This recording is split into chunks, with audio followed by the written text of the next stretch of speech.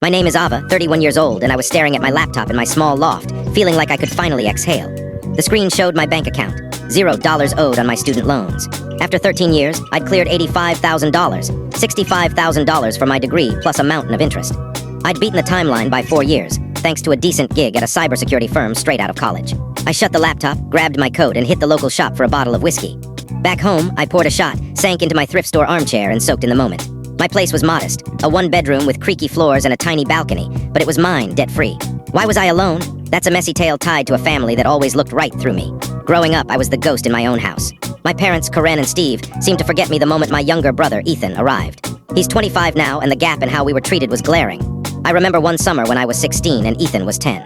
I'd scraped together cash from a part-time job at a bookstore to buy everyone gifts for the family barbecue. I got Ethan a model rocket kit, thinking he'd love it. Karen and Steve lost it over how sweet his thank you was. Then Ethan tossed me a dollar store pen with a lopsided grin. They acted like he'd carved it himself. "Ethan's so thoughtful," Karen cooed. That was my life, Ava the shadow, Ethan the spotlight. I buried myself in school, staying late for robotics club. I dreamed of MIT or Georgia Tech, somewhere to prove I was more than invisible.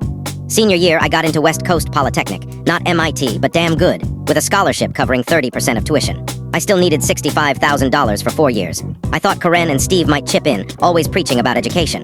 Over dinner, I spilled the news, heart-pounding. I got into West Coast Poly, but I need $65,000 for tuition. Steve didn't look up from his beer. "That's steep."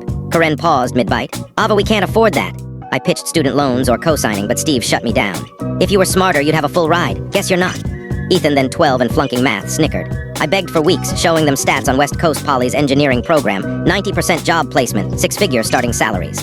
Nothing, my only ally was my Aunt Clara. She was different, listened, cared, asked about my projects. When I told her about college, she was pissed. "They're idiots," she said. "You're worth more than they see." I shrugged. "Maybe I'll just do community college." "No chance," Clara snapped. "You got in, you'll figure it out." I did. I secured federal loans for $65,000, payments deferred until after graduation. When I left for college, I packed my rusty hatchback. Karen and Steve were busy with Ethan's soccer game. "See ya," I called. "Don't crash," Steve yelled, not looking up. Clara was there, though, hugging me and slipping $100 into my pocket. "For emergencies," she said. College was a grind.